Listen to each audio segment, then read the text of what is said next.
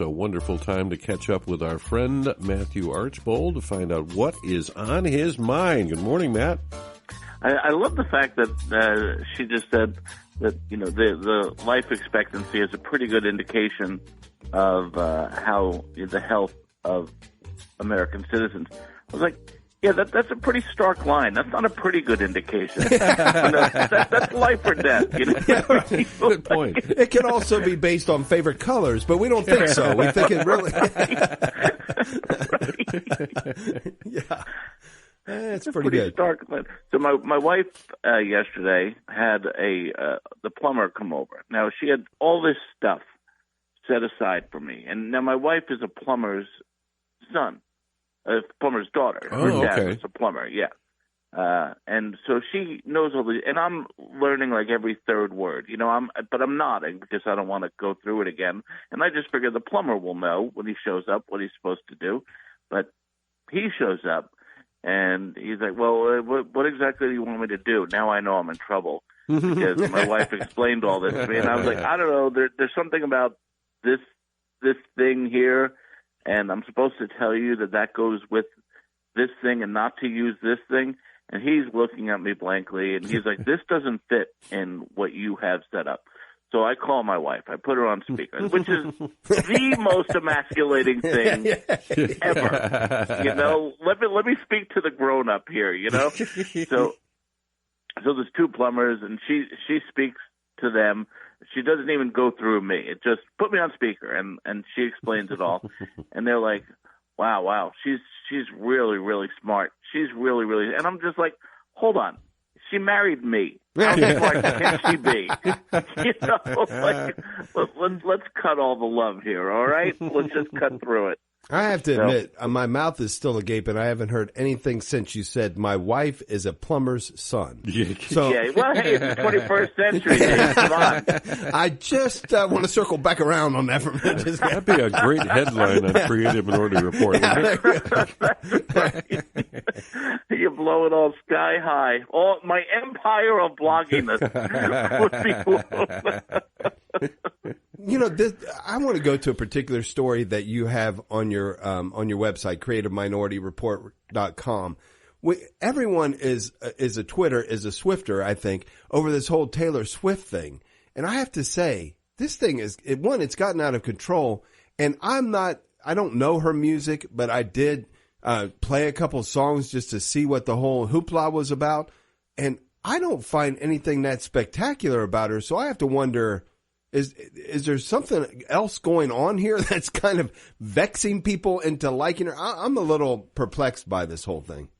Well, did you see what they did in Rio de Janeiro? Yeah, it's nuts. The massive Christ statue that everyone knows. It's been in, you know, essentially every Bond movie. You know, they do it to show they're in Rio. You know, they show that huge Christ statue. They superimpose the Taylor Swift concert shirt. Yeah. On to Jesus. And the amazing thing here is that this was approved by a priest. Oh, my goodness. Really? Yeah, and he said, oh, no, it was done because I said that I would do this if we raised enough money for the poor.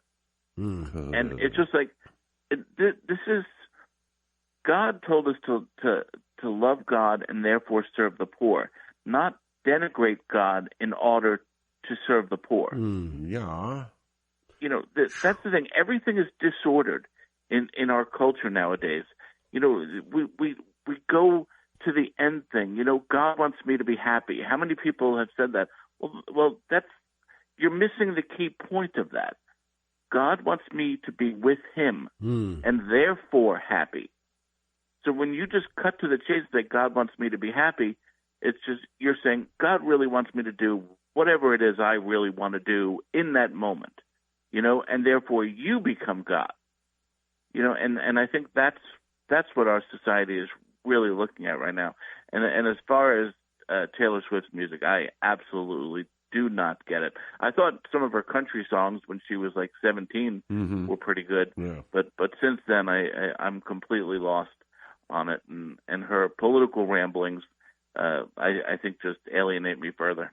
Well, and again, and this is just going to a conversation that I have no expertise in at all, but I think about, Elvis Presley coming onto the scene and being this man who just changes everything in the music scene. And he brings a new genre, at least to the majority of the population at that point who had not heard it. The Beatles coming on the scene, playing something completely different, bringing a talent that's different than everyone else.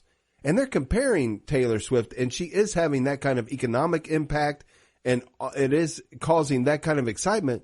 But I'm thinking, what's different? I don't see anything different than what is already there or what other people are bringing to the scene as well.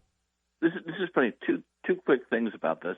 I said to my daughter the other day, she was talking about Taylor Swift, and I said, what is her classic song? Yeah. Leonard Skinner has Free Bird. Yeah. Elton John has Goodbye Yellow Brick Road. The Beatles, Hey Jude. You could point to any number. What is her song that's going to last longer than her career? Yeah. What's the one in 40 years you're going to look back on? And she was like, well, there really isn't one. And I said, yeah, that's concerning. And the other thing, like you were talking about, how adults were worried about Elvis and adults were worried about the Beatles. And okay, there may have been actual reason to be worried there. But you know what's happened? A lot of the young people at that time said, oh, parents just don't understand, right? And now they're afraid of being those people, those parents who are like, oh, I'm worried about pop music now. They think that was silly back then. Yeah. So they're afraid to stand up against it now, even though you have Taylor Swift and all of her dancers in dark hoods, and all these like pagan occult things going on. And it's like, oh, well, I don't want to be that dad who's like, oh, pop music today is evil, because they're afraid of being seen as not cool. And it really is crazy to me how much of life works on being part of the cool table still, even for many adults. I have the advantage. I was never at the cool table, so I don't mind that. No adjustment needed for either of us. Yeah. I tell you, we need new role models, and I would suggest that you adopt Matthew Archbold as your role model. Looks good in a sweater. CreativeMinorityReport.com. Short, chubby, bearded guys are the future. Right. Thank you, Matthew. Thanks, Matt.